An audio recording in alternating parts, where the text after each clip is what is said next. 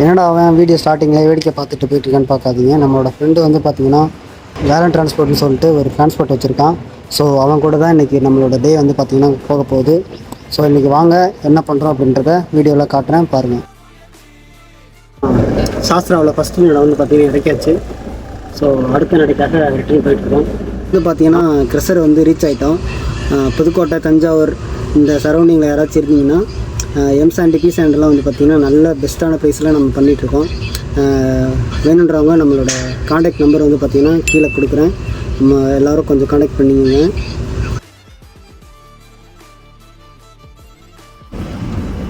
So மக்களே, ரெண்டாவது நடை வந்து பார்த்திங்கன்னா பூதலூர் போகிற வழியில் செல்லப்பன்பேட்டை அப்படின்ற ஊரில் வந்து இறக்கியாச்சு.